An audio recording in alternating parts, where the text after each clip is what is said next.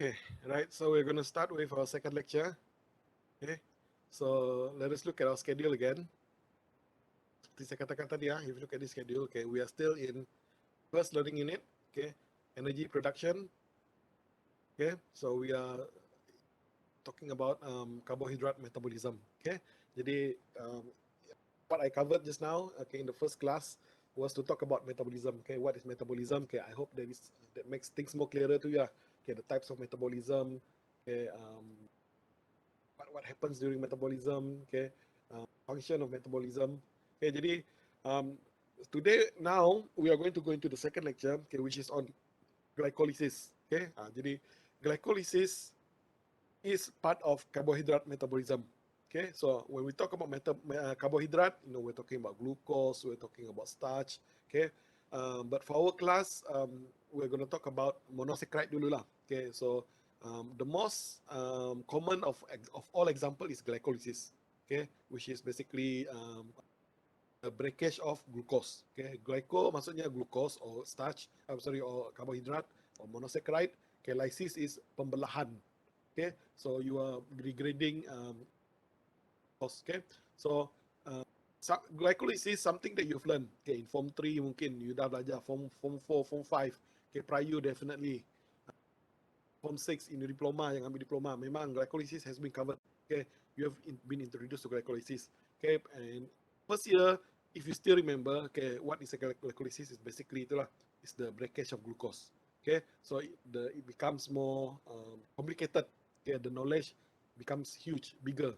Okay, jadi hari ini kita akan tengok balik lah. Okay, we'll revisit glycolysis. Okay, it's probably a bit more apa nama tu?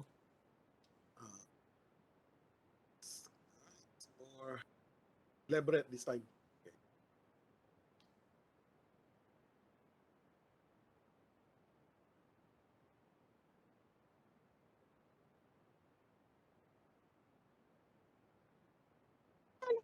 Right? So glycolysis. Right? Now, firstly, what is glycolysis? Okay, glycolysis, paling senang, it's the breaking of glucose or the breaking of saccharide. Okay, so itu namanya glycolysis. Lysis pecah. Glyco talks about glucose.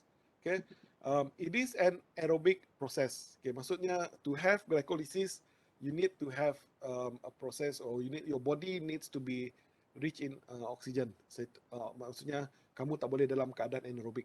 Okay, so it is a process that happens when you need oxygen. Okay, so if there is no oxygen, the glycolysis will not happen. Okay, so what happens in glycolysis is that it converts hexose. Hexose ada 6 carbon tadi ya. Hexose adalah hex maksudnya 6. Okay, hexose is 6 carbon. The final product is 2 pyruvate. Okay, pyruvate is a 3 carbon. Okay, jadi you're talking about 6 carbon pecah jadi 3. So you're producing 2 pyruvate. Okay, so it converts hexose to 2 pyruvate. Okay, and in that process, in that 10 steps, okay, you generate 2 ATP and 2 NADH. Okay, now in certain cell, contohnya in the brain and in the eye. Okay, especially in the brain when you need a lot of in the brain and the eye. Okay, glycolysis, this is the only ATP generating pathway. Okay, maksud that's why your brain actually needs a lot of oxygen. Okay, because this is only through glycolysis can they produce ATP, and ATP is what you need for energy. Okay, so your brain needs a lot of energy. Okay, and the thing is that to get this energy, only glycolysis happens. Sebab itu, and glycolysis needs oxygen. Jadi sebab itu, your brain actually use up around 20% of your oxygen. Okay, a lot of your oxygen yang kamu ambil go to your brain. Okay, because you need this oxygen to perform glycolysis. Okay. Now, but don't limit that to the brain and the eye only. Okay, glycolysis memang berlaku dalam semua sel.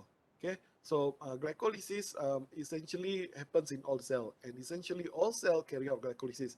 So your fat cell, your cardiac cell, your jantung kamu, okay, your skin cell, okay, and other cells. Okay, and glycolysis, when you look at it, when you look at the pathway, Okay, the pathway, the whole thing is called pathway. Okay, it is made from 10 small reaction. Okay, 1, 2, 3 sampai 10. Okay, 6, 6, 6, 6, 6, 3, 3, 3. Okay, jadi menghasilkan apa tu? They all happens in 10 sequential reaction. Okay, so dalam bentuk macam ni lah. And I'm sure this one you dah, hopefully lah. Okay, bukan I'm sure, hopefully. Okay, you remember this from your previous class. Okay, so basically what happens during glycolysis is that you have glucose.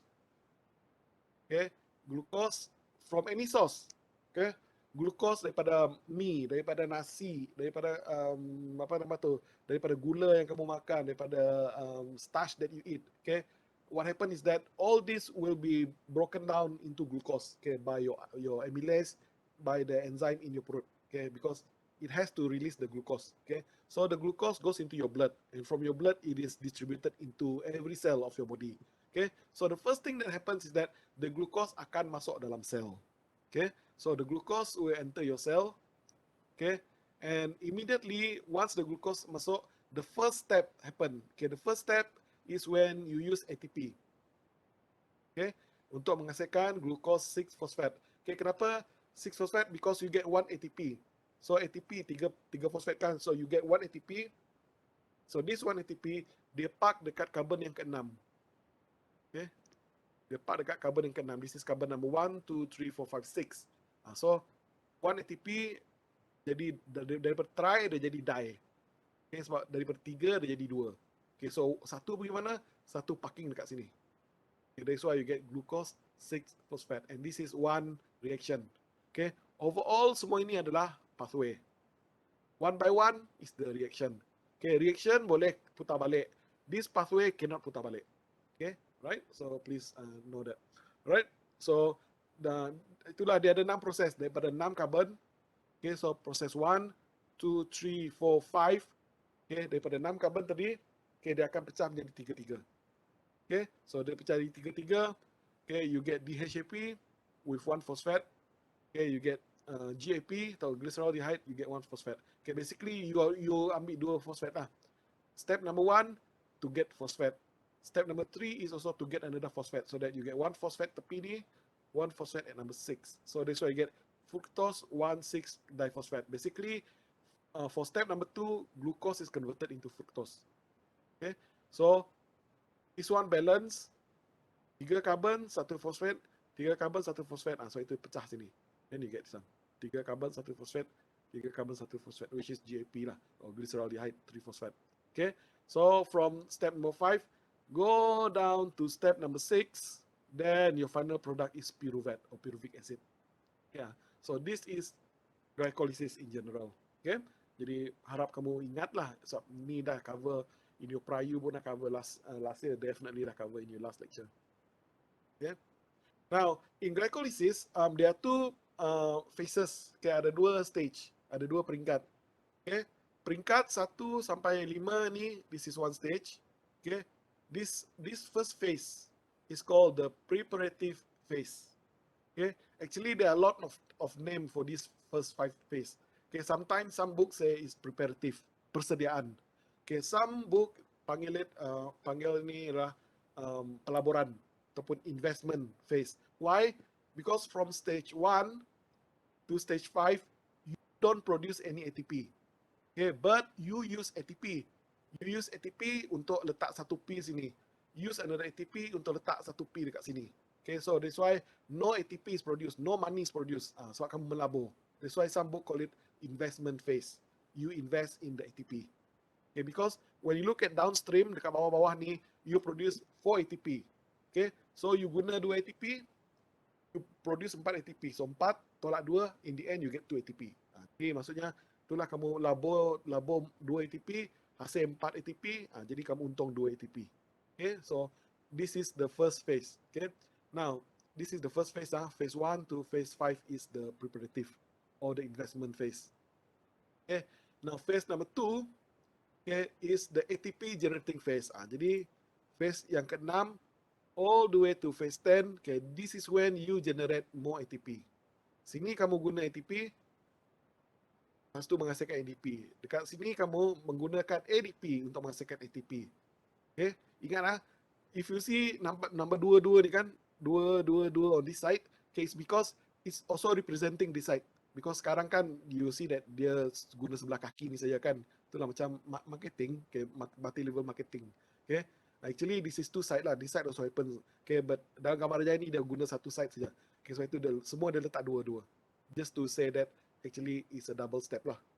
Okay, so dua. So sini 2 ATP, 2 ATP. So 4 ATP tolak 2 ATP. Okay, and then you get apa nama tu? Then you get 2 ATP lah. Alright, so phase 1 ni tadi, okay, basically what happened in phase 1 is that the 6 carbon sugar menjadi 3 carbon sugar. Okay, glyceraldehyde is another sugar. Okay, but it is 3 carbon. Okay, glucose 6 carbon. Okay, jadi from 6 carbon menghasilkan 3 carbon. Right? Now for phase 2, okay, this is where you produce more NADH, where you produce more NATP. Okay, so dapat 4 ATP, guna 2, menghasilkan 2. Okay, and you produce 2 NADH also in the 6th step. Okay, so this NADH, what happens to this NADH? This NADH will be brought into your in your oxidative phosphorylation. Okay, kan dia ada 3 proses. Glycolysis followed by Krebs cycle followed by oxidative phosphorylation. Okay, yang ini all the NADH dia akan bawa pergi sini, bukan bawa pergi sini ya, not into the Krebs cycle. It will brought to the third step of glycolysis. Of glucose metabolism. Okay. Right. So the overall reaction is this one. Okay, glucose 1 glucose, 2 NADH, okay, 2 ADP, dia tolak sini lah, di 4 tolak 2 jadi 2. Okay, 2 phosphate, okay, sini from your cytoplasm dia ambil. Okay, lepas tu menghasilkan 2 pyruvate. Okay, so ni 2, situ pyruvic acid ada 2. Okay, because sebelah ni 1, sebelah ni 1, so dia letak 2. Okay, then 2 NADH, sebelah ni 1, sebelah ni 1, so 2 NADH. Okay, 2 ATP is this 4. Okay, 2 tambah 2 tolak 1, tolak 1 jadi. Okay, then water produce sini. Okay, right, and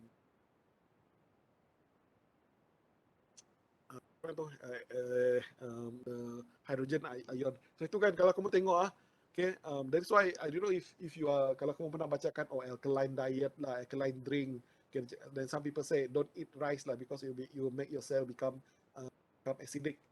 So how does the cell become acidic? This one lah, because when you process glucose or carbohydrate, okay, one of the things that you produce not just the pyruvate, you also producing not just the ATP, but you also producing hydrogen ion. So in the end, your cell becomes more acidic. Sebab itu orang cakap, that's why some people yang very conscious about their health, okay, dia minum Coway lah, Cosway lah, lepas tu yang air itu alkaline water, just to neutralize all the H that is produced from the eating of too much carbohydrate. Okay, right? Okay, so this is the overall reaction for glycolysis. Okay, sekarang what we're going to do is that we're going to look at each and every one of these steps individually. Okay. Right. Okay. So net gain of 2 ATP, dah tahu so you get 2 ATP, you get 2 NADH. Okay. So just redundant. Okay. Already mentioned. Okay. Then we go on. Okay. Right now, let us look at the first phase. Okay. Phase pertama ni. Okay. Right. Okay. So you are lucky. Okay. Sebab tak ada exam physical. Okay. Kalau ada exam physical, there will be time when we ask you to draw glucose. Then when glucose diletakkan dengan the phosphate tadi kan, remember phosphate, you have to draw this 6-phosphate, then the conversion from glucose to fructose. Okay, because this is biochemistry. You have to know the processes, and that's include the drawing or the conformational changes. Okay, jadi you are lucky there's no essay. Right? Kalau tidak, you kena hafal semua ni. Okay? Right? Now, okay, someone asked, what is the apa nama tu? The function of DHAP. Now, DHAP and GP is 3 carbon sugar. Only that dia mirror image. Okay? This one, this is DHAP and this is glyceraldehyde. But your cell, okay, basically needs glyceraldehyde. So basically it will interchange. Okay, it will interchange between DHAP dengan GP. Okay, sebab itu gambar rajah ni dia sengaja guna ini untuk menghasilkan the next sequence of event. Okay, you will produce one DHAP, one GP. Okay, but only this is used in subsequent. So basically, actually there is another changes to this. So itu dia tunjuk macam ni. Right? Okay, I hope that answer someone type a question just now. Right? Okay. Alright. Now, what are the things that you need to know? Okay. Walaupun kamu tidak lukis, okay, what you need to know is the process. Okay, so process 1, step 1. What is the name of the step? Okay. What is the name of the step for step 2? Okay, contohnya step 2 is isomerization. Okay, basically changes of structure. Okay, that's why you have glucose, hasilkan fructose. Okay, the number of carbon is the same. The number of hydrogen is the same. The number of OH is the same. Cuma daripada 6 ring member ni dia jadi 5. Tengok 1, 2, 3, 4, 5, 6. Sekarang jadi 1, 2, 3, 4, 5. Dia jadi fructose. Okay, so these changes in chemical structure that do not result in the changes of OH, H, or carbon or phosphate is called isomerization. Jadi kamu kena ingat perkataan ini. Okay, you have to know this event. Okay, you have to know this event. Contohnya in step 1, from glucose to glucose 6-phosphate, what is the event? The event is that a transfer of one phosphoryl. Maksudnya, from the ATP, one phosphoryl, transfer into the 6 carbon. Okay? So, transfer of a phosphoryl group from ATP to glucose. Okay, selalunya dekat yang ke-6 ni. Okay? Now, another thing yang I don't know whether it was emphasized to you or not in your 1083 punya class. Whenever you have ATP, okay, whenever you have ATP and ATP will donate one of the P, sama ada dia donate one of the P atau dia donate two of the P. Okay, in this case dia donate one P ya. What happens is that selalunya that P is donated into the most exposed OH. Okay, ataupun OH yang paling terdedah. Okay. So when you look at this glucose, okay, dia ada OH sini, dia ada OH dekat sini, dia ada OH dekat sini, dia ada OH dekat sini.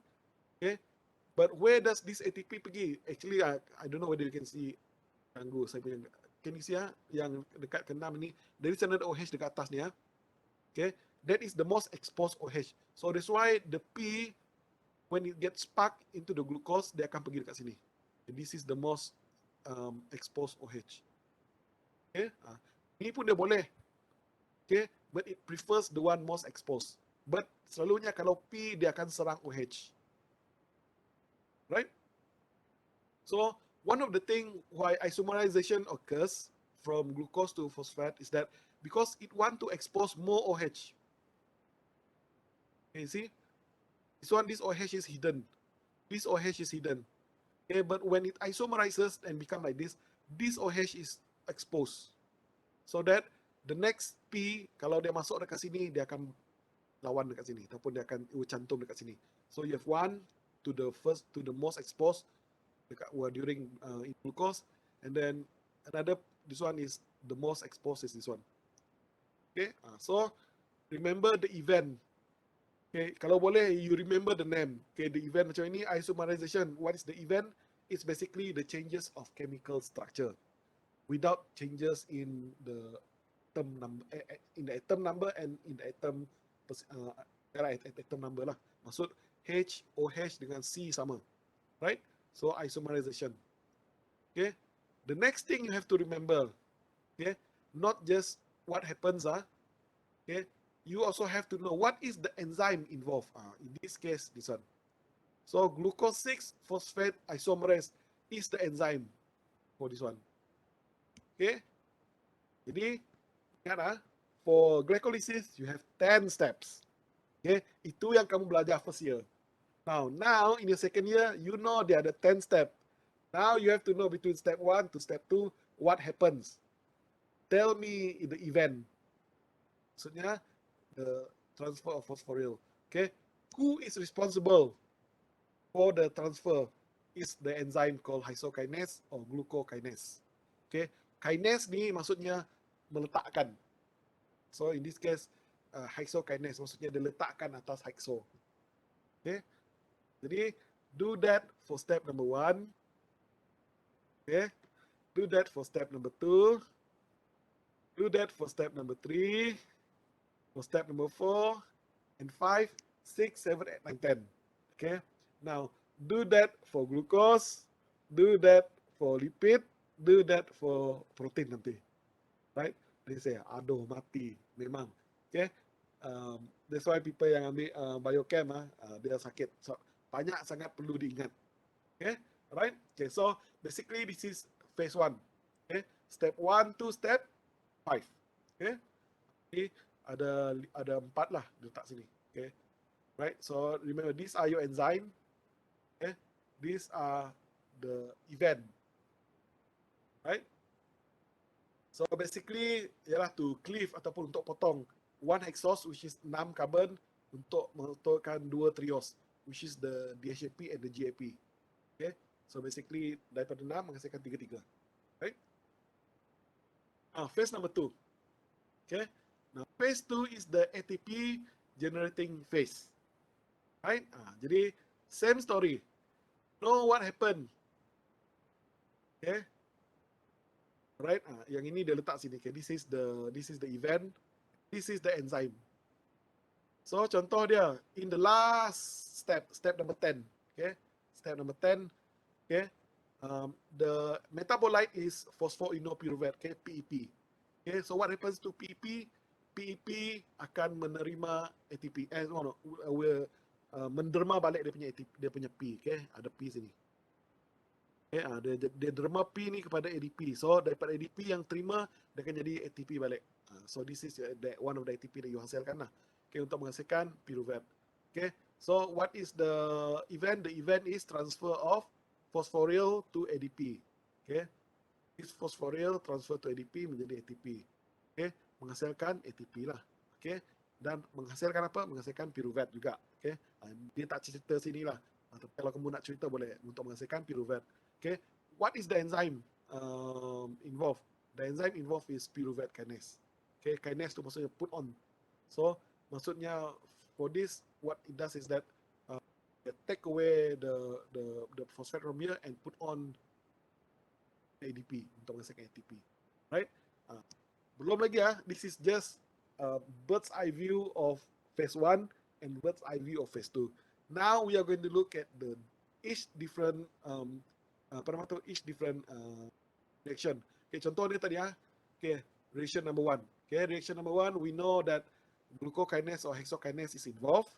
We know that what happened is that one of the P is transferred to carbon number 6. Right?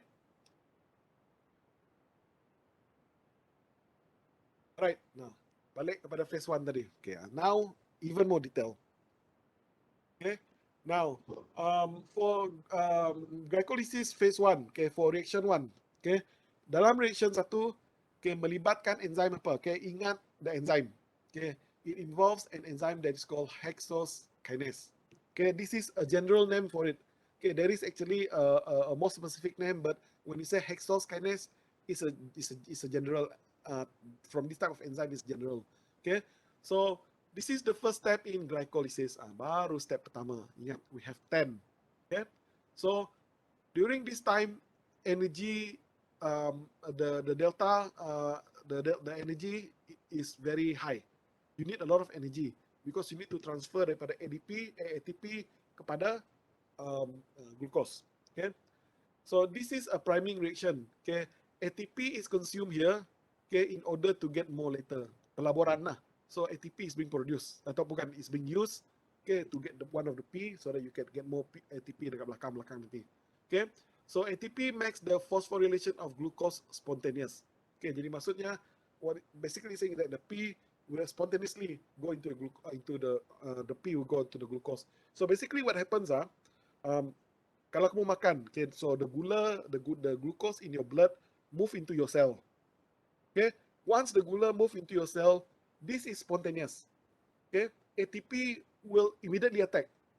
It will attack the glucose to give it 1P. Lepas tu dia ATP kan, take 1P dia akan jadi ADP. Okay, lepas tu this P akan park on the glucose. Okay, kenapa? So that the glucose cannot go out again. Okay, jadi so, kalau glucose boleh suka hati keluar masuk sel kamu, you get kencing manis. Okay, because normally you get a lot of glucose coming in. And kalau ikut hukum resapan, kalau banyak glucose, of course dia akan keluar balik kan kepada glucose yang kurang. Okay, but you don't want that. If that happen, what happens is that you get kencing manis. Okay, so what happens is that the glucose masuk immediately attacked by ATP. Dia akan letak 1P. Okay, dia letak 1P so that you know your cell layer is phospholipid bilayer kan. Okay, so once you have a P, dia tak boleh lagi go through the layer. Okay, because dia sudah jadi charge. Okay, your glucose tak ada charge. But once it goes, masuk P, dia kena charge. Okay, dia kena charge by the P. So then it cannot move according to the in the apa nama tu, in the protein that brings it in. Okay, jadi so itu adalah kenapa itu berlaku, and it's spontaneous. Okay, so that your glucose cannot go out, simply go out. Okay, so basically you have your glucose ni. Okay, glucose attacked by the ATP. Okay, then one of the P akan pergi pada glucose, akan pergi kepada carbon yang terakhir. So this is carbon 1, 2, 3, 4, 5, 6. I will go to the final carbon. So you get glucose 6 phosphate. Okay, so this is one intermediate. This is another intermediate yang dihasilkan oleh this process. Yang dihasilkan oleh enzim mana? Oleh enzim hexokinase. So enzim hexokinase berlaku dekat sini. Right? Enough or not? No. Banyak lagi berlaku sebenarnya. Okay? But we'll go into a little bit. Okay, so basically macam ni lah. So when the glucose, okay, from your extra cellular liquid, okay, goes into your cell. Okay, this is your cytoplasm. Okay, so glucose comes in. Okay, so without ATP, the glucose can also go out. Okay, but when the glucose comes in, and because of the presence of ATP, this ATP donates the P, dia akan jadi glucose 6-phosphate. This is not possible. Nampak ni ya, if you look at this gambar aja. Okay, so glucose is kept ataupun disimpan in the cell, okay, by the phosphorylation to G6P. Okay, G6P nah glucose 6-phosphate. Okay, and which cannot easily cross the membrane plasma. Okay, one of the reason ialah supaya jangan jadi kencing manis. Okay, kalau tak dia akan keluar jadi, meaning glucose akan banyak, because you get a lot of glucose going in. So if you have a lot of glucose, of course they want to go out. Okay, but once they are phosphorylated, the one they are phosphated, okay, it will not be able to go out. Okay, so they will maintain inside your cytoplasm. Okay, baru dia akan undergo the second step. Okay, go into the second step. Okay, right. So the glucose goes into glucose 6-phosphate. Okay, now glucose 6-phosphate is not important only for glycolysis. Okay, don't get it wrong. Jangan kamu fikir, oh glucose tu masuk dalam sel, dia get phosphated, lepas tu dia akan go into step 2 of glycolysis, step 3 of glycolysis. No. Okay, glucose 6-phosphate is just another metabolite. Okay, because we are talking about glycolysis, then we say glucose 6-phosphate akan membentuk fructose dia lah. Okay, because we're talking about glycolysis, then we just say glucose 6-phosphate is isomerized into fructose. Okay, then glycolysis happen, but it is not necessary that. Okay, because glucose 6-phosphate can also go into another usage.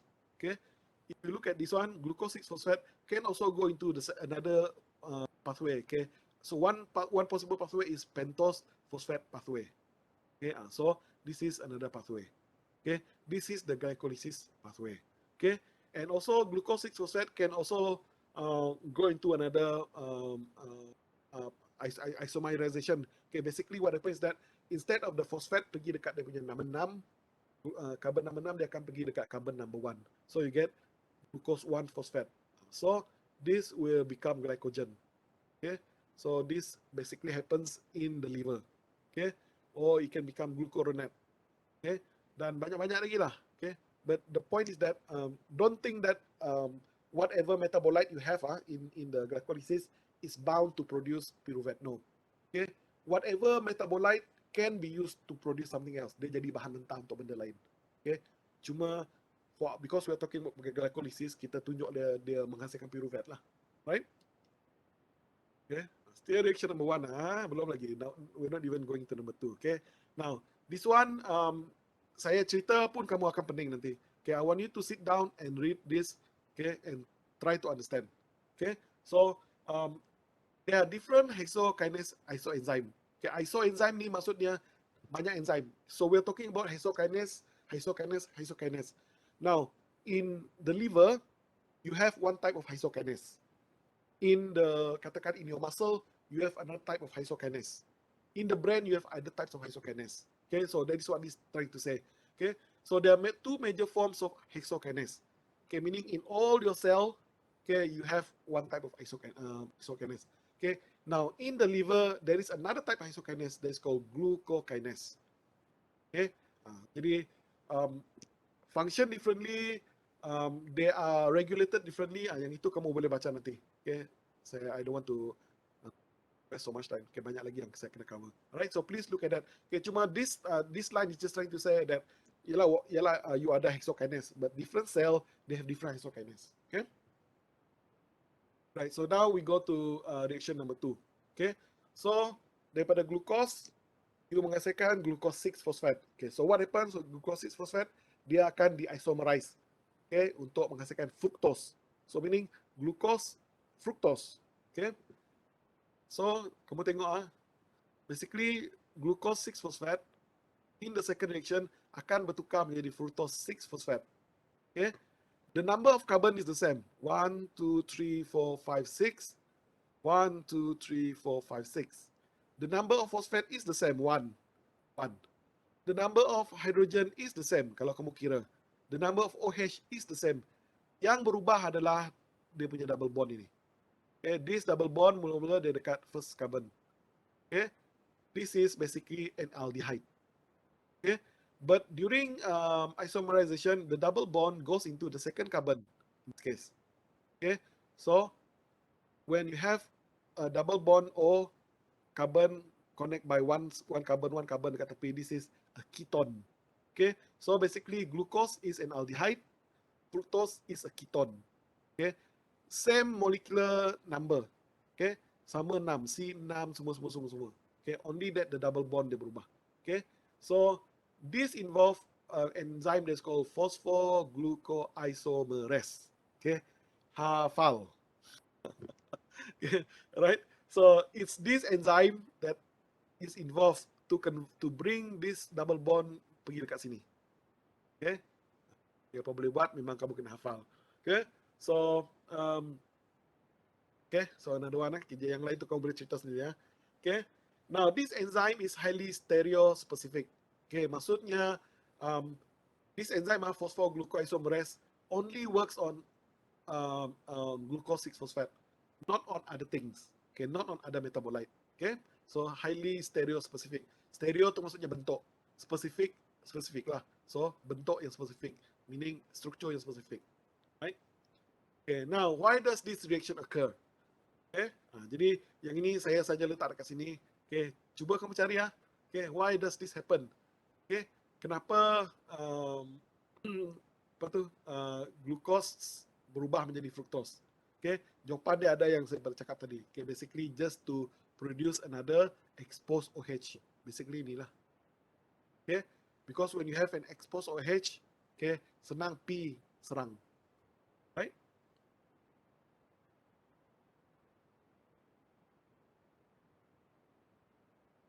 What's the question is now? Okay, dia tanya, will in the exam, will the question be asking about the structure? Okay, now the exam will ask any structure. Okay, if kalau soalan, I mean the most easy question, I can ask you like this: to do a complete reaction with the enzyme and the changes in the metabolite or during glycolysis. Okay, kamu kena lukis lah glucose, hasilkan pyruvate. You lukis apa yang berubah. Okay, letak enzim dia, mana ATP masuk keluar. Okay, mana dia tukar jadi pada glucose tu. Meaning you have to hafal. Okay, cuma itulah kamu ada nasib sikit tak ada apa tu, tak ada ni. But still you have to understand. So Because in the exam nanti, kalau let's say I put this gambar, okay, this is fructose 1,6-phosphate. Okay, just remember saat ini dia adalah ketone, okay, and 2-phosphate, so biphosphate lah, 2. Bi itu maksudnya 2. Okay, 1,6 is the position lah, position 1, position 6. Okay, now I can just put this gambar aja nanti, I can just put this structure. Then my question will be, name the the the sugar or name the metabolite shown above. Jadi kalau kamu tak hafal macam mana kamu nak jawab? Betul kan? So do you have to memorize? Yes, you have to memorize. Memorize yang mana satu? Okay, memorize untuk glucose, memorize untuk galactose, mannose, semua nanti dekat belakang. Memorize untuk all the lipids, nanti memorize untuk all the amino acid. Okay, memorize untuk all the lipid and amino acid lah. So that's why, like I say, kelas ni it becomes more ridiculous. Okay, right? Okay. Anyway, balik pada sini. Okay, so okay, so we're already into reaction 3. Now, reaction 3, okay, basically to add another phosphate to the fructose. Okay, so mula-mula tadi, by the end of the second process, you produce fructose 6-phosphate. Okay. Now, like I say, basically, it's one of the reasons is to produce or to expose 1-OH. Okay, so when you expose 1-OH, basically you can have another kinase. Okay, so in this case, it's a phosphofructokinase.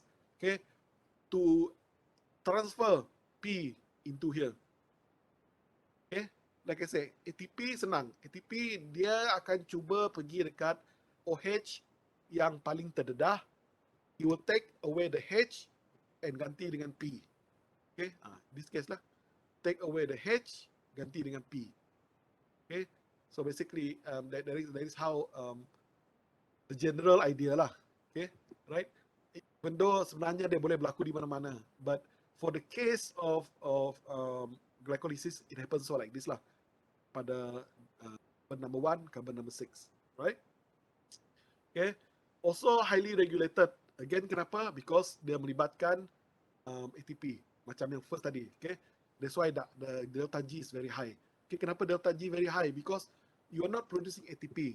In fact, you're breaking ATP. Okay, sebab you break ATP, you need a lot of energy.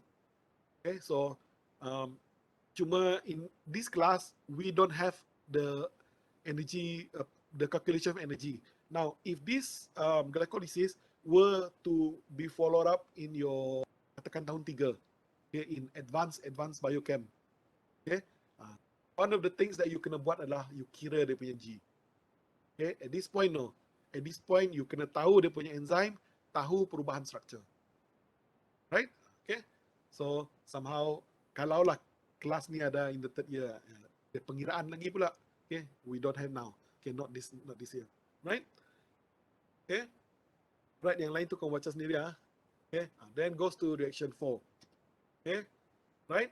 So reaction 4 involve aldolase. Okay, so basically what happen is that di sini berlaku pemecahan. Okay, usually when you have ACE, okay, aldol. Okay, this is an aldol. Okay, fructose is an aldol. Okay, jadi the enzyme is aldolase. Maksudnya it breaks. Okay, dia potong. So dia potong satu menjadi DHAP, dia potong satu menjadi GAP. Okay, sometimes they call it G3P, sometimes it is called GAP. Okay, I'm more familiar with GAP. Okay, some books they guna G3P. So G3P is just to say that the phosphate is parked on the third carbon. Okay, so kalau kamu guna GAP saya terima, kalau kamu guna G3P pun saya terima. Right? So basically aldolase is just to break this into 2. Okay, so this is step number 4. Okay, untuk menghasilkan metabolite yang kelima. Step yang kelima lah. Right? So you have reaction number 5. Okay, so you get the idea. So I will not talk so much. You just have to know what are the enzyme involved. Okay, what is the event? Apa yang berlaku? Potong ke, isomerization ke, penambahan ke, ataupun pengeluaran. Okay, right? So look at all the subsequent lah. Okay, so then after that move into phase 2.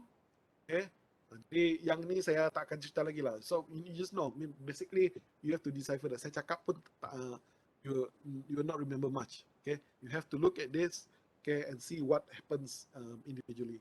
Okay, boleh ah? Okay, so I just skip reaction 7, 8, and 9. Okay, I just close with 10. Okay, right. So you have reaction 1, okay, 6 carbon, 3 carbon. Okay, but I know at least now you have a clear idea of what happens during glycolysis. Okay, so you have daripada 6 jadi 3 menghasilkan, lastly in the 10th step menghasilkan pyruvate. Okay, so in the last one, the last reaction number 10 involves pyruvate kinase. Ingat, enzyme dia pyruvate kinase. What happens? Takes away the pyruvate. Okay, jadi right, it's not the pyruvate, take away the phosphate.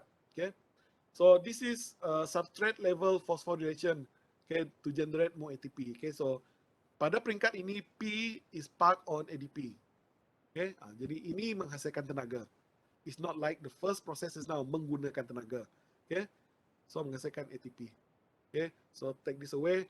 So what enzyme is responsible to take the P and pack it onto ADP? Second ATP is pyruvate kinase. Right?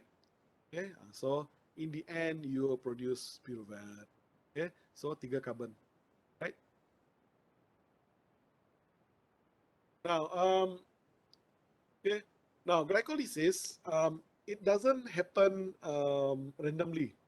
Okay, it doesn't happen suka-suka. I mean, the whole process lah. Okay, the whole process doesn't happen daripada 1 all the way to 10. Okay, uncontrolled. Okay, actually, when you look when you look at glycolysis, what happens between step 1 to step 10 is that it's very highly regulated. Okay, dan banyak regulated maksudnya banyak yang mengarah. Okay, mungkin pada step peringkat 1, peringkat 2, okay, there is a mechanism that say, oh, go on, or stop, or go back. Okay, mungkin pada peringkat kelima, there are other things that say, oh, go on, or go back, or stop. So meaning there are a lot of control. There are a lot of control point. Okay, so the regulation of glycolysis starts from outside of the cell. Okay, via the regulation of hexose transporter. Okay, maksudnya even before glucose enter the cell, they are actually hexose transporter regulators. Sebenarnya some people when they have kencing manis, when they have abnormal ni lah, when the regulation of the hexose transporter is haywire, maksud gula nak masuk tapi dia tak suruh. So in the end the gula stay in outside of the cell, so you get kencing, that person get kencing manis. Okay, but a normal regulate hexose transporter, basically tugas dia adalah untuk make sure that all the glucose comes in and be converted into phosphate, or be packed with a phosphate so that it doesn't go out. Okay, right? Okay, so the glucose outside inside the cell is actually much lower than the phosphate mula-mula lah. Okay, so what happens is that the glucose is transported inside. So once glucose is transported inside, what happens is that you get a lot of glucose. So if there is no control, the glucose akan keluar balik. Okay, right? So what happens is that you need to have this kind of regulator, selalunya in that first step just now lah. And there are others. Okay, now this one, okay, so elevated blood glucose and insulin level will lead to increased number of glucose transporter in the muscle. Okay, and adipose cell plasma. So basically, it's saying is that when you makan, when a person eat food that is rich in glucose, basically you will have more transporter. Okay, you have more gatekeeper. Maksudnya macam more gatekeeper lah. Okay, because this gatekeeper is what will help to attract masuk.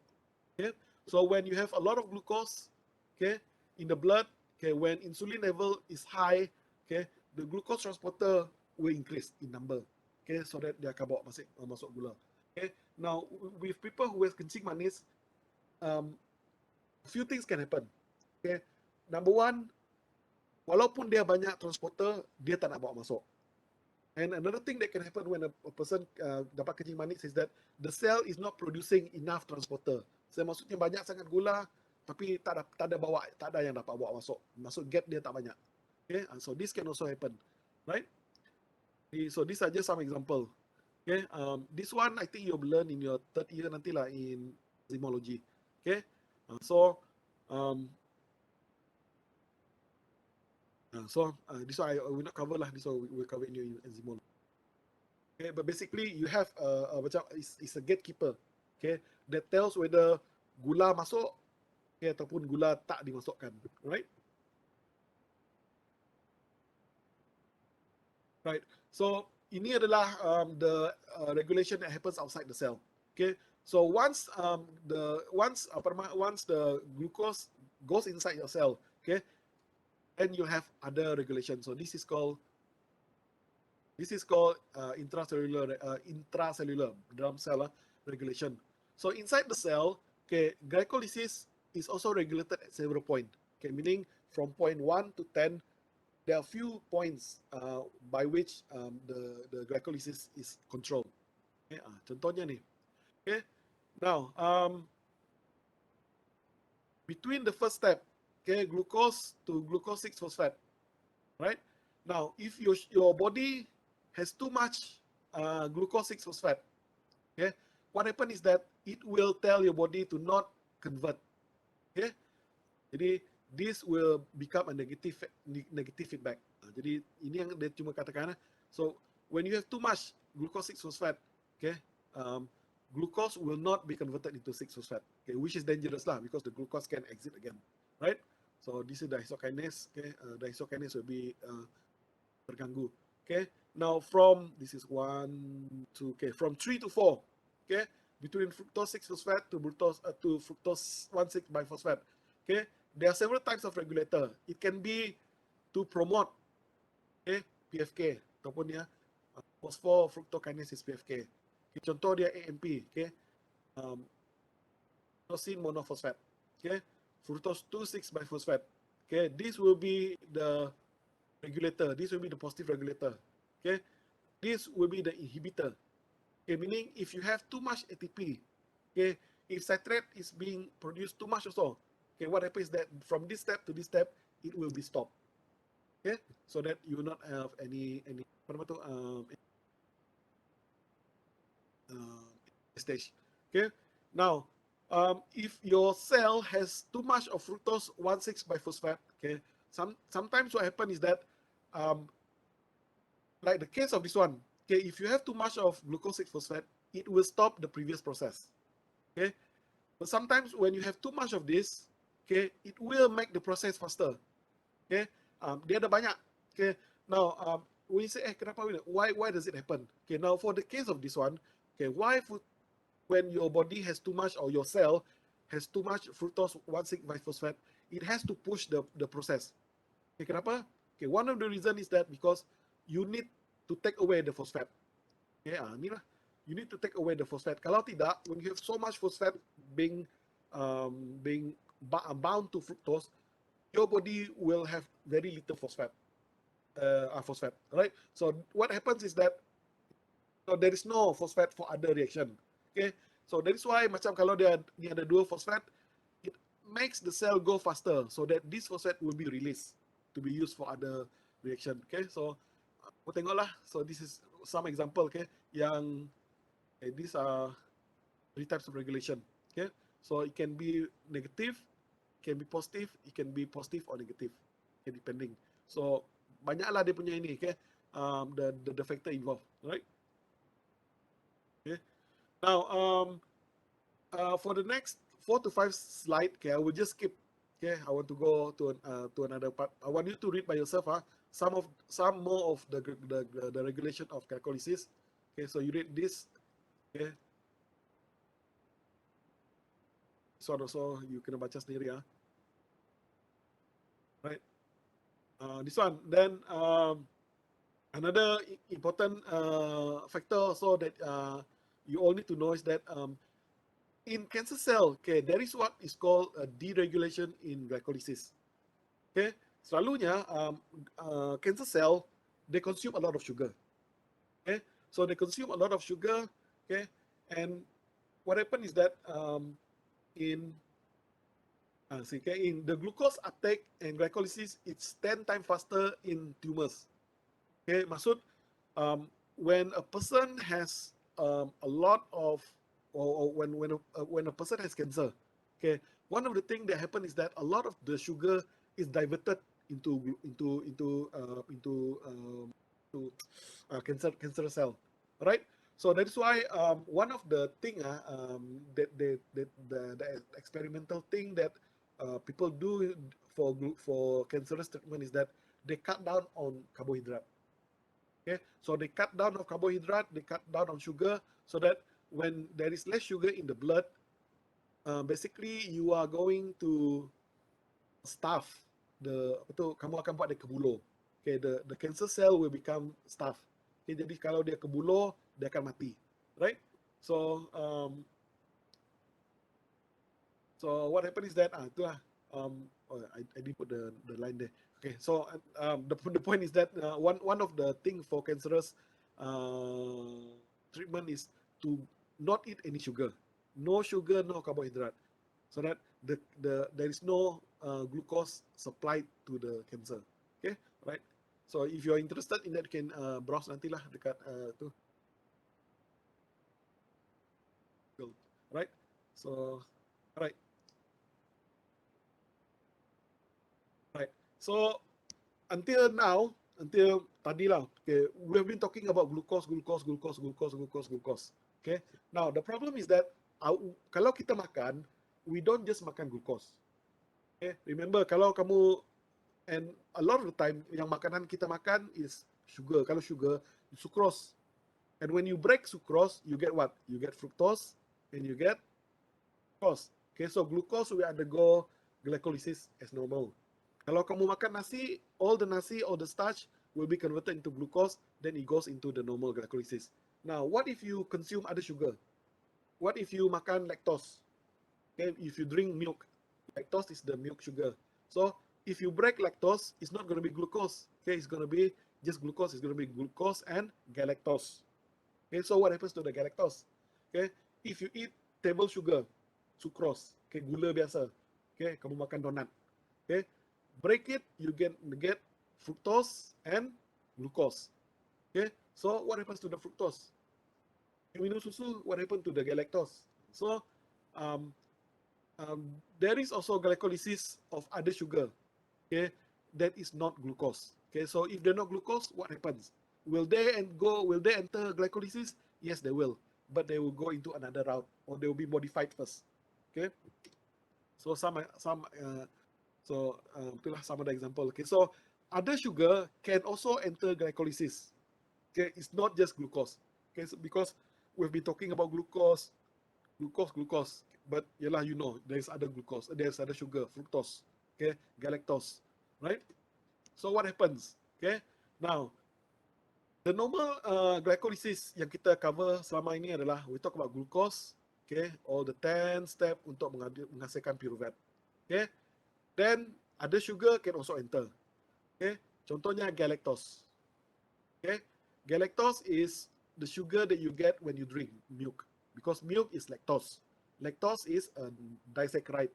The disaccharide that is made of glucose, okay, masuk dekat sini. Okay, and also galactose is also produced from the milk. Okay, jadi galactose pergi mana pula? So what happens is that galactose will have a prior ataupun an early pathway. So what happens with galactose is that, okay, ini galactose so dia akan, ni saya akan tunjuk nanti lah. So sometimes you makan galactose, okay, then it will be converted into G6P again. Okay, then sometimes you makan mannose. Okay, what is mannose? Okay, mannose is a sugar that you find a lot in plant. Okay, contohnya kalau kamu makan jagung, kan, kalau kamu makan jagung, if you break the jagung, have you ever sucked the middle of the jagung? And it's also very sweet. Okay, now a lot of that sweetness is not from glucose, but it comes from mannose. Okay, and also some plant, they also produce mannose. Okay, so what happens? Okay, what happened to the mannose? Takkan dibuang dalam air kencing. Okay, so this still need to be converted into pyruvate. Okay, so it will still enter the glycolysis through another pathway. Okay, then there are some other sugar. Okay, contohnya fructose.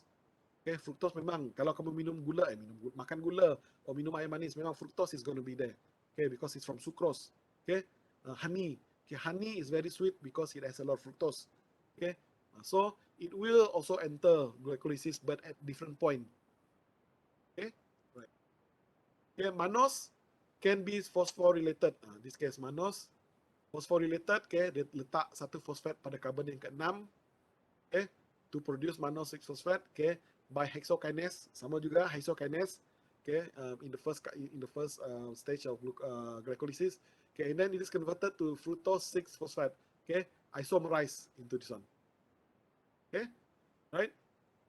Then fructose that you eat or that you take from your sugar, the normal sugar, okay, can be phosphorylated, okay, also by a kinase, but this case is a fructokinase, okay, to produce fructose 1-phosphate, okay, fructose 1-phosphate, okay, and converted into glyceraldehyde, okay, G3P ataupun GAP tadi, ni, pun ni, okay, and then dia akan go along lah the step, okay, and then galactose, okay, galactose will undergo dia punya proses. Okay, normally dia akan be phosphorylated. Okay, then dia akan masuk dengan UDP, okay, uracil diphosphate. Okay, uracil diphosphate untuk ni lah, untuk menghasilkan glucose 1-phosphate. Okay, and it will be isomerized into G6 glucose 6-phosphate. Okay, G6P. Okay, so basically what I'm trying to say in this slide is that it's not just glucose. Okay, but other sugar that you eat also will undergo, because one of the things that we want to produce pyruvate. Okay, so they will produce pyruvate, and normally they will still undergo glycolysis at some point. Okay, only that they will enter through different reaction, right? Okay.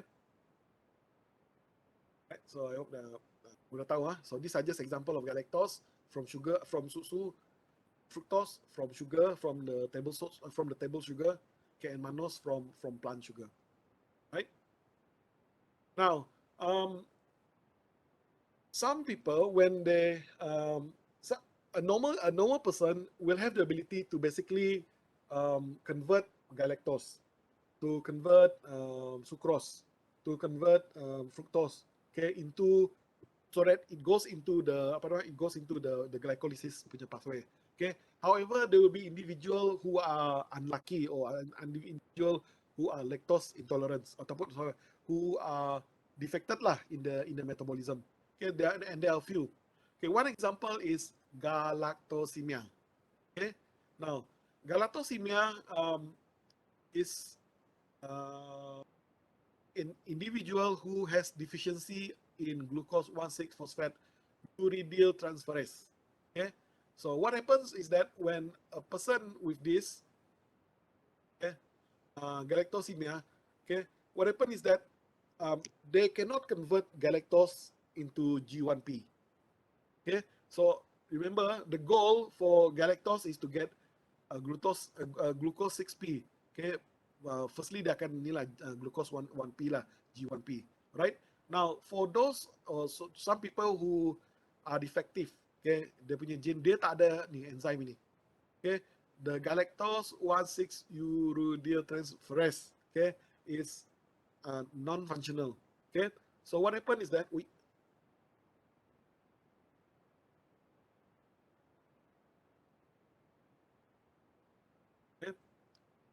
so what happened is that dia tak ada enzim dia. They don't have that enzyme to produce the G1P just now. Okay, so what happens is that the galactose 1P is accumulated. Okay, the goal is to produce glucose 1P, but because dia tak ada this enzyme, dia tak dapat menghasilkan glucose 1P, tapi dia menghasilkan galactose 1P. Okay, so the galactose 1P will accumulate in the liver, in the blood, and it will accumulate in the liver. So what happens is that it will lead to liver damage. Okay, so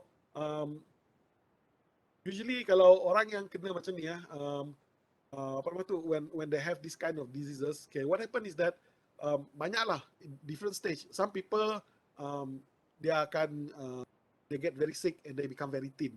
Okay, for babies atau for infants, okay, what happens is that they cannot get enough glucose. Now remember, glucose is needed a lot in your brain also. Okay, so if your brain do not get enough energy, what happens is that your brain cannot develop, ataupun the infant punya brain cannot develop very well. Okay, so in the end dia akan ada mental retardation. Okay, so sometimes dia mental retardation tu bukan sebab dia kena sampuk hantu ke, bukan kena dia buatan orang, but simply because they lack this enzyme. Okay, right? Okay, so selalunya with this individual, once they're diagnosed, okay, the thing for them is that to not give them galactose lah. Okay, sometimes not give them sugar. Not sugar pula, not give them milk. Okay, and then there is also another disease that is milk specific. Ini ada kenali sebagai lactose intolerance. Okay, now lactose intolerance is quite normal. Okay, selalunya orang dewasa dia akan ada lactose intolerance. Okay, I'm a little bit lactose intolerance. If I drink too much milk, saya akan ceret-beret entah macam mana. Okay, saya akan ceret sampai kurus. Right? So usually we will have enough enzyme to produce to process lactose when we are up to the age of 7 years old, 5 years old. Okay, but once you become older, okay, that enzyme dia akan turun. Okay, the level of enzyme. Okay, so to these people, macam saya lah. Okay, one example saya lah. Okay, if you drink a lot of milk, what happens is that the lactose, okay, will not be metabolized correctly. Okay, so the lactose akan tinggal di dalam perut dan dia tak dapat diserap. Okay, because lactose, you know, it's a disaccharide. Usually disaccharide tak boleh serap. Okay, so you get a lot of lactose in the fruit, so the other bacteria in your fruit is so happy. So what happens is that when this bacteria has so much lactose, they produce a lot of acid, they produce a lot of gas. Okay, then what happens is that they also acid, they call short chain acid. So this will make the stomach osmotically becomes very high. So what happens? Air instead of diserap ke dalam usus kamu, di dalam usus, tapi air in this case dia akan masuk daripada badan masuk ke dalam usus. Okay, so that what happens is that ceret-beret lah. Okay, I found out that I am lactose intolerant when I was in the US. Okay, there was one point because in US when you drink milk, tak macam kita kan minum Dutch Lady kotak kecil kan RM2 punya lama. You beli dekat Unimas RM2.50 one small box. Okay. Now, I like to drink milk, especially the chocolate milk. So in the US, when you drink one jug, okay, one gallon, which is about 4 liter, harga dia lebih kurang $1. It's only RM4 saja. Okay, so $1 lah. So when you look at $1, macam kita tengok RM1 lah. When I was in the US, saya, apa tu susu besar ni? Okay, bukan susu perempuan, susu air susu. Okay, air susu besar ni kan 4 liter, harga $1 je, RM4. Okay, so what happened is that beli, of course lah, kita yang dari Malaysia ni kan, kalau our air susu is so expensive. Tapi when I was in the US, wow, susu so cheap. So I buy a lot. So there was one point, minum. Rupa-rupanya I was lactose intolerant. I didn't know. Minum banyak-banyak, and after that I would ceret for 2-3 hari. But I didn't know the cost, 2-3 hari. Until one point, when I told one of my friends, say, why is it saya ceret. Dia tanya lah, you drink a lot of milk or not? Of course lah, I like milk. So milk is very cheap. Itulah punca. And betul lah. So probably some of you are, okay? If you drink too much milk, you get ceret-beret for a few days. Okay, bukan sehari dua, bukan 1 hari 2-3 hari. And dia keluar macam air hujan monsun. Okay, macam saya dulu lah. Sikit-sikit silap-silap 5 saat lambat toilet memang kena dekat lantai. Okay, so that happened to me. So because too much water. Okay, susu tu masih ada, air daripada badan pun masuk ke dalam. So waktu itu memang when that really happened to me, sampai mencengkong because water is taken away from your cell into your usus. So muka pun jadi slim. Okay, tapi jangan buat if you know Dr. Miki cakap kalau mau hilangkan air minum susu kalau lactose intolerance, itu cari nahas. Alright, anyway, okay. So these are the defects. Okay, so these are the defects when a person cannot metabolize other sugar instead of glucose. Right? Okay. Right, I have more 30 minutes or more. Okay, right. Now, so we talk about glycolysis. Okay, so we talk about sugar going into your cell. Okay, into your cell, it undergoes glycolysis and the final product is pyruvate. Okay, so dalam apa-apa pun gula kita nak dia menghasilkan pyruvate, right? So what happens? What happens to the pyruvate? Okay, what happens to the NADH yang dihasilkan? Okay, ATP we know lah. ATP is going to be used by the cell. Okay, then what about pyruvate? Okay, now the pyruvate that you get from your glycolysis, okay, that the end product of your glycolysis, a few things can happen. Okay, a few things can happen to the pyruvate. Okay, right, so I just show you what happens by the end of glycolysis. Okay, yang tidak balas yang saya tunjukkan awal-awal tadi okay, so glucose, you produce 2 pyruvate kan, so you also produce 2 NADH, you also produce 2 ATP. So this ATP we know lah is going to be brought into other reaction. Okay, NADH, okay, kita tahu dia akan digunakan untuk the oxidative phosphorylation.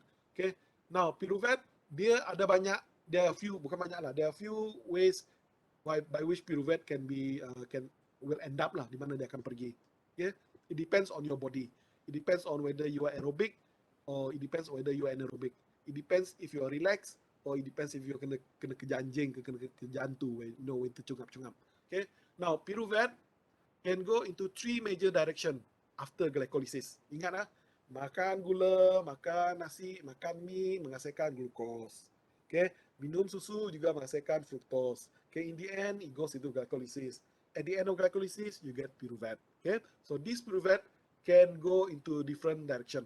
Okay, there are 3 major direction after glycolysis. Okay, now if you are aerobic, okay, if you are relaxed, sedang tengok TV, okay, tengok wayang, okay, tu shopping, jalan-jalan relax, okay, you do some light exercise, okay, you duduk dengar saya bercerita, okay, you baring tidur, okay, so you are aerobic, meaning you are relaxed, so your body is fully oxygenated. Okay, jadi when your body is fully oxygenated, what happen is that the pyruvate, okay, will be converted into acetyl-CoA. Okay, pyruvate 3 tadi 3 carbon. Okay, so 3 carbon you get pyruvate. Okay, so if your body is relaxed, okay, what happen is that the pyruvate, one of the carbon will be taken away. Okay, so this carbon will be taken away. Okay, untuk dikeluarkan, itulah meninggalkan 2 carbon. So these 2 carbon is acetyl-CoA. Okay, so when you have too much acetyl-CoA, again a few direction dia akan pergi. One is membentuk lemak lah, macam saya cerita awal-awal tadi. Okay, now if your Krebs cycle is good, okay, then the acetyl-CoA will enter the Krebs cycle. Okay, so the pyruvate, okay, will daripada 3 carbon dia akan menjadi acetyl-CoA, which is 2 carbon. Okay, dia akan enter the citric acid cycle or the TCA cycle or the Krebs cycle. It's the same thing. Okay, lain nama, but it's the same process, that cycle tadi. Okay, so this is when you are relaxed. Okay, now if you are under anaerobic, contohnya kamu angkat berat, kamu exercise yang heavy, kena kejar anjing. Okay, jadi what happen is that the pyruvate will be reduced to lactate. Okay, menghasilkan lactate. Sebab itu kalau kamu angkat berat, okay, when you are anaerobic, tangan kamu lenguh, kaki kamu lenguh, you get very tired, okay, very sore, sakit bukan sakit lah, macam tak selesa lah, sore, SORE okay, so you why your muscle rasa lenguh, kenapa rasa lenguh? Because the pyruvate is converted into lactate. Okay, jadi then your muscle becomes very lenguh lah, sakit, okay, because you're producing lactic acid. Now for yeast or for some bacteria, okay, under anaerobic condition, okay, pyruvate can be reduced to become ethanol. Okay, but not human being. Okay, maksudnya kalaupun macam mana pun kamu anaerobic, your pyruvate will not be converted into ethanol. Okay, you are not yeast.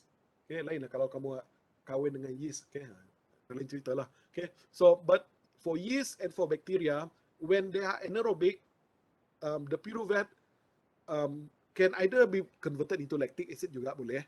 Okay, but for yeast, the pyruvate is converted into ethanol. Okay, that's why kalau kamu buat pau, kalau kamu buat tuak, buat arak, okay, kalau kamu buat tapai, okay, the rice or the sugar that you use, okay, when you put yeast, dia akan menghasilkan ethanol. Okay, and that is usually anaerobic. Okay, but not in human. Human, we don't have this capability.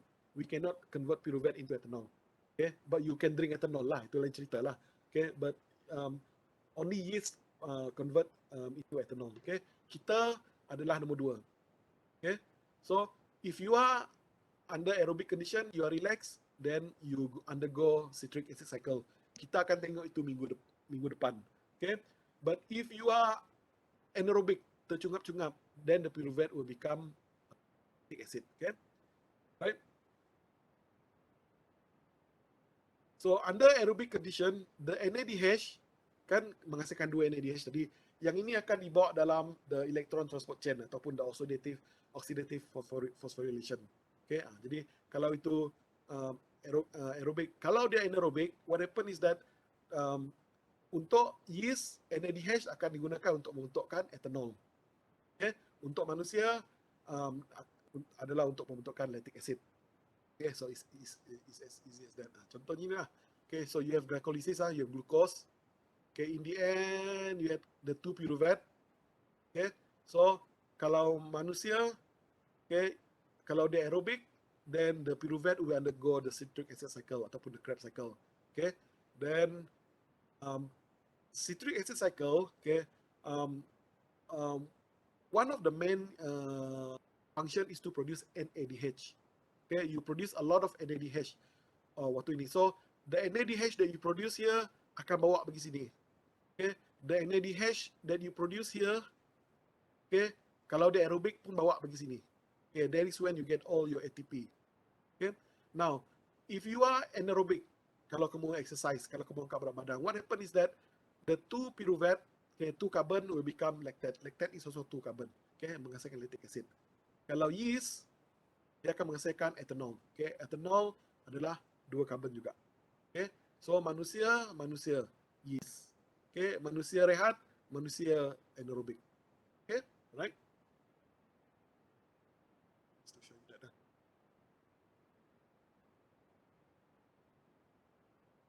So this is some example lah. Okay, kalau alcoholic fermentation, okay, so the pyruvate tadi ya. Okay, so what happens to the pyruvate? Okay, so you get the JP tadi, JP, then you get the pyruvate. Okay, in the yeast, okay, the pyruvate 3 carbon, dia akan kehilangan 1 carbon. Okay, and where does that carbon goes to? Dia akan jadi CO2. Okay, sebab itu kalau kamu buat tuak, kalau kamu buat roti, when you use yeast, kalau kamu buat tapai, kalau kamu buat pau, kan dikembang. Betul kan? Dia kembang kenapa? Sebab banyak poket udara.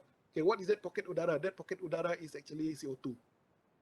Okay, CO2 from the pyruvate. Yang yeast akan ambil pyruvate, dia keluarkan, pyruvate kan 3, the yeast akan keluarkan 1 pyruvate, 1 carbon menghasilkan CO2. 2 ni akan menghasilkan acetaldehyde. Then this acetaldehyde will ultimately become ethanol. Ya, jadi ini adalah untuk yeast. Okay, sebab itu kamu punya pau mengembang. Right? Now, untuk manusia, untuk kita, okay, menghasilkan pyruvate. Okay, so dia tak menghasilkan acetaldehyde. So pyruvate akan terus menjadi lactate. Okay, so pyruvate 3 carbon, lactate pun 3 carbon, 1, 2, 3. Okay, so no carbon side release. Right? So ini adalah anaerobic. Okay. Contoh sama example lah. Okay, so this is in dalam yeast So yeast ada pyruvate. Okay, pyruvate hasilkan acetaldehyde. Okay, acetaldehyde. Okay, pyruvate. Okay, mula-mula dia hilang karbon dulu Dia hilang karbon, produce the CO2. Okay, menghasilkan acetaldehyde. Acetaldehyde 2. Okay, acetaldehyde dia akan menghasilkan ethanol. Okay, 2 karbon juga. Okay, right? Okay, so this process is common to organism like yeast. Okay, menghasilkan CO2 and ethanol. Right, so CO2 is generated. Okay, this way the dough akan kembang. Pound.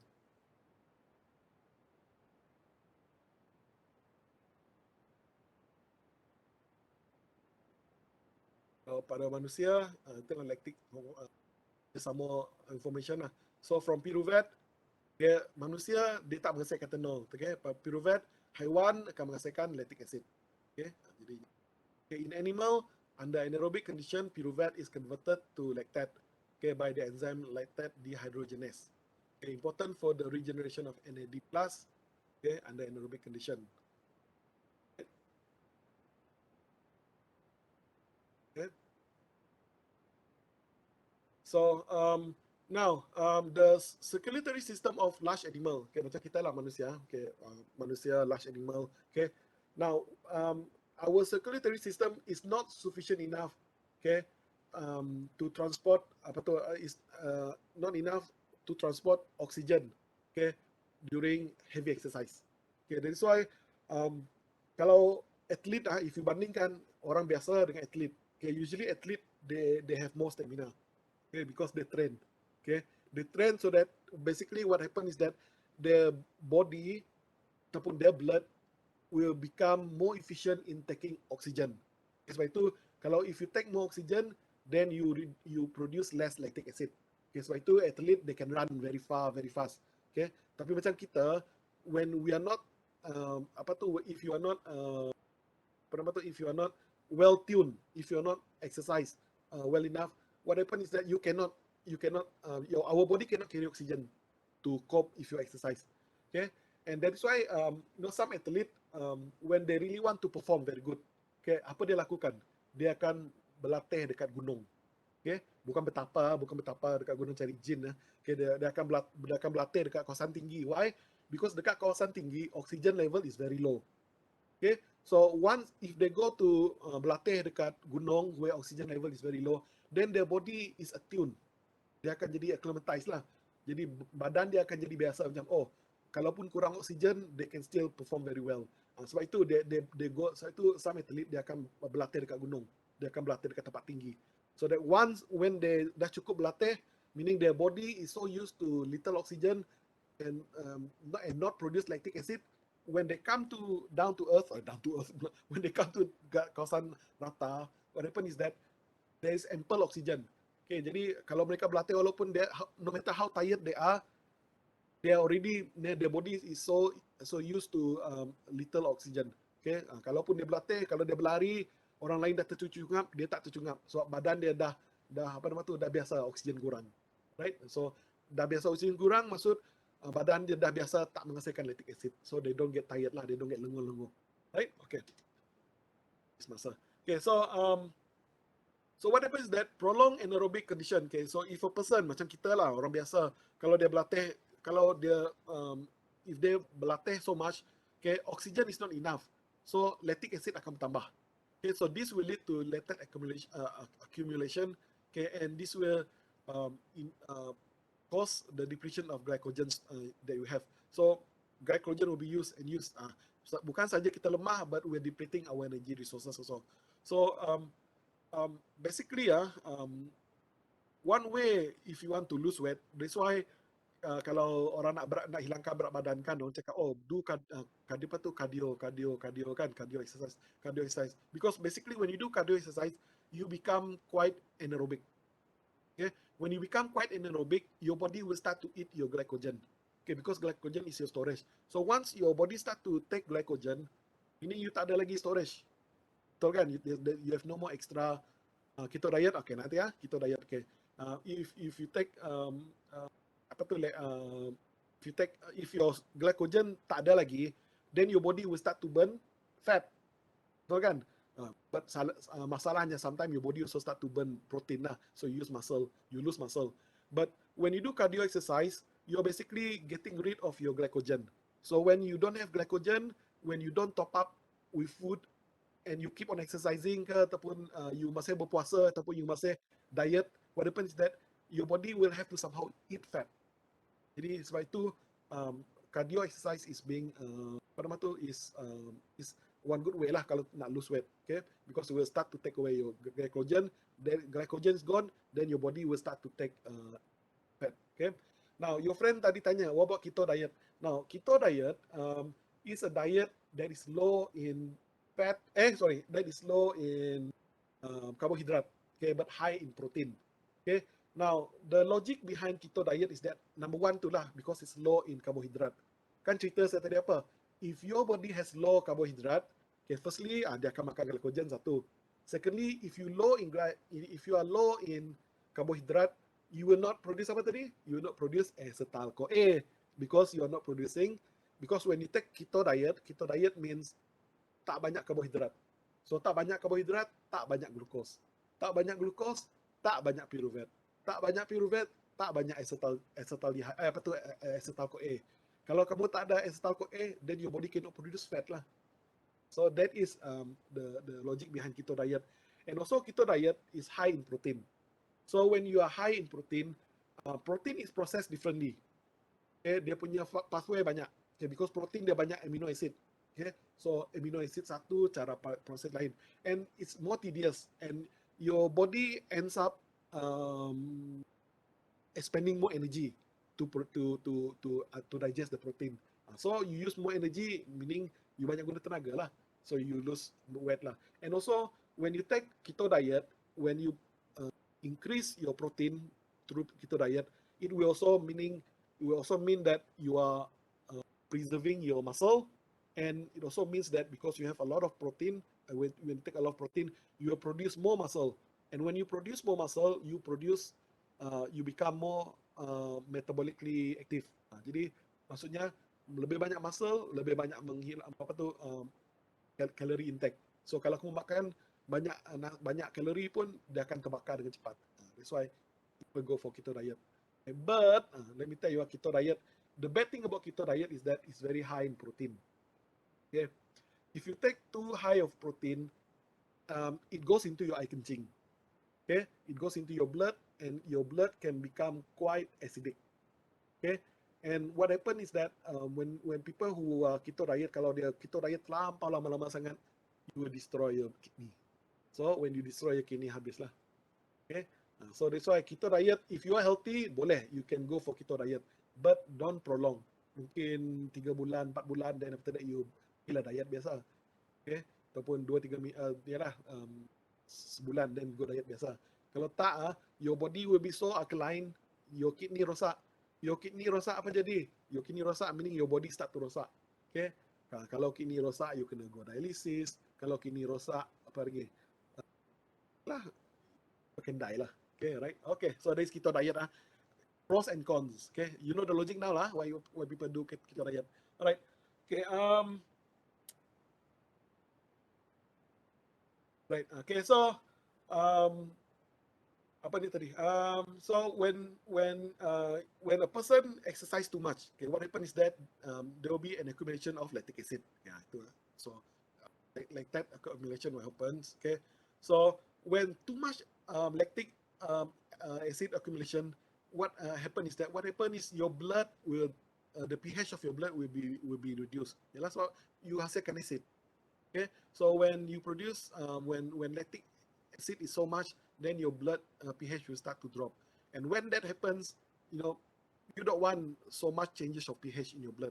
Okay, because if it's too long, boleh mati. Okay, some people they will faint. Okay, if that prolongs, people can even die. Okay, so that's why our body ataupun we try not to be so acidic in our cell, but actually our body has also a way to apa namanya to membetulkan keadaan. Okay, and this is what is called a Cori cycle. Okay, so therefore when a person or when you do intense activity, there has to be stopping. Okay, kena berhenti sekejap, berehat, so that you bring up your pH. Okay, and usually what will happen is that your body will recycle the lactate. Okay, so dia akan recycle the lactate. Okay, that lactate can be used to produce glucose balik. Okay, this glucose is produced by a process called gluconeogenesis. Ini kita akan tengok minggu depan. Okay, gluconeogenesis. Okay, so meaning the glucose that you have in your body doesn't necessarily come from what you eat, from your nasi, from your mee. Okay, the glucose can also come from your own body. Okay, selalunya from lactate, but only if you produce lactate. Okay, and usually itulah kalau glucose, you exercise, okay, then you get lactate. Okay, lactate will normally, kalau banyak sangat lactate, your body will try to recycle back. Okay, usually the lactate will be brought into your liver. Yeah, ni liver. Okay, from the liver, then converted back into pyruvate. Okay, then pyruvate naik balik. Okay, to become glucose, but not through the same process of glycolysis. There's a process called gluconeogenesis. Lebih kurang sama lah dengan glycolysis. Okay, but a few of the reaction ditukar. Okay, ingat lah, when we're talking about pathway tak boleh berbalik. Okay, most of the reaction boleh berbalik, but not some. So itulah, and you don't call them anti-glycolysis lah. Okay, you call them gluconeogenesis because basically it's a glycolysis yang terbalik, cuma that beberapa reaction berubah. Okay, that I will cover next week. Okay, right? So this process where you use glucose menghasilkan lactate dibawa pergi liver, convert balik into glucose, lepas tu tukar. Okay, this is what is called as Cori cycle. Okay, so basically it's to get back glucose from the lactic acid you produce, right? Okay, so this is just sama gambar lah, tengok. Okay, liver is when, okay, in the muscle is when glucose is converted into pyruvate into lactic acid. So you work your muscle, you become lenguh. Okay, so this lactate dia akan pergi balik kepada kamu punya liver, from the lactate dia akan balik kepada pyruvate, balik menjadi glucose untuk digunakan sebagai tenaga balik.